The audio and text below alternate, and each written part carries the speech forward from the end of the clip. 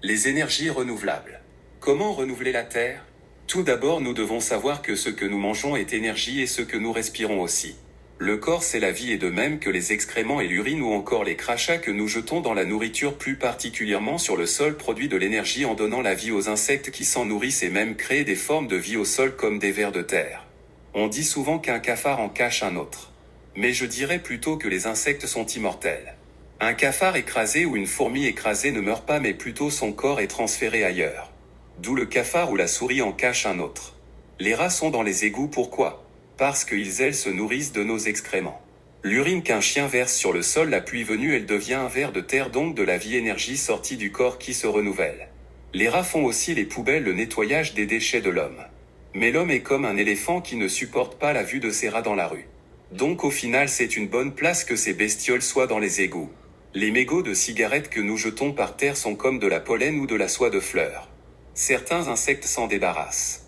Dites-vous qu'il y a toujours preneur sur tout, et tant qu'il y aura des insectes, donc de la vie.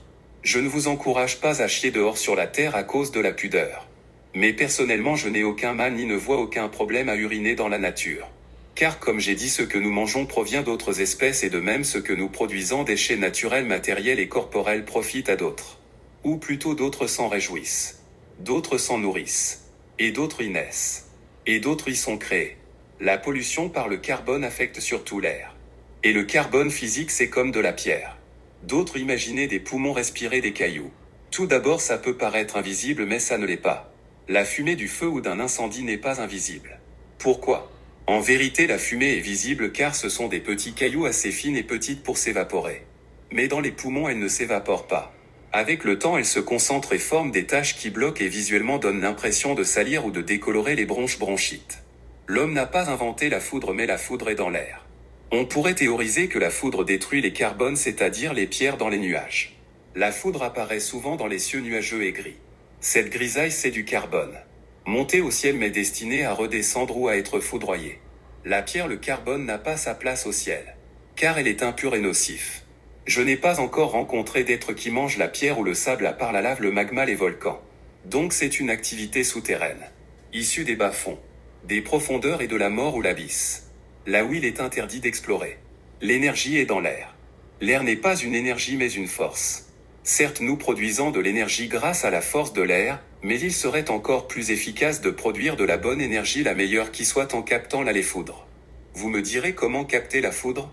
C'est simple, nous savons par météo quand et où se produisent les orages. Orage signifie probabilité de foudre.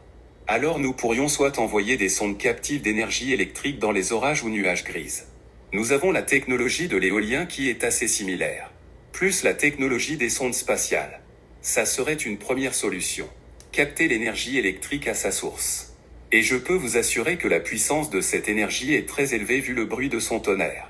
L'autre méthode, c'est d'installer des paraboles en haut des tours qui captent les signaux électriques du ciel, mais surtout seraient capables d'attirer la foudre vers un capteur magnétique solide parabolique et surtout capable de résister ou d'avoir assez de stockage pour une énergie infinie. L'idée me vient du fait qu'on m'a souvent dit de ne pas me mettre sous un arbre en cas d'orage car la foudre serait attirée. Pourquoi la foudre frappe les arbres souvent et encore plus souvent lorsqu'une personne s'y réfugie? Je laisse ma question aux scientifiques. Car je ne suis qu'un produiseur d'idées et de concepts, pas un réalisateur ou un fabricateur. Je suis plus philosophe qu'ingénieur. Car la parole ne s'étudie pas mais la science si.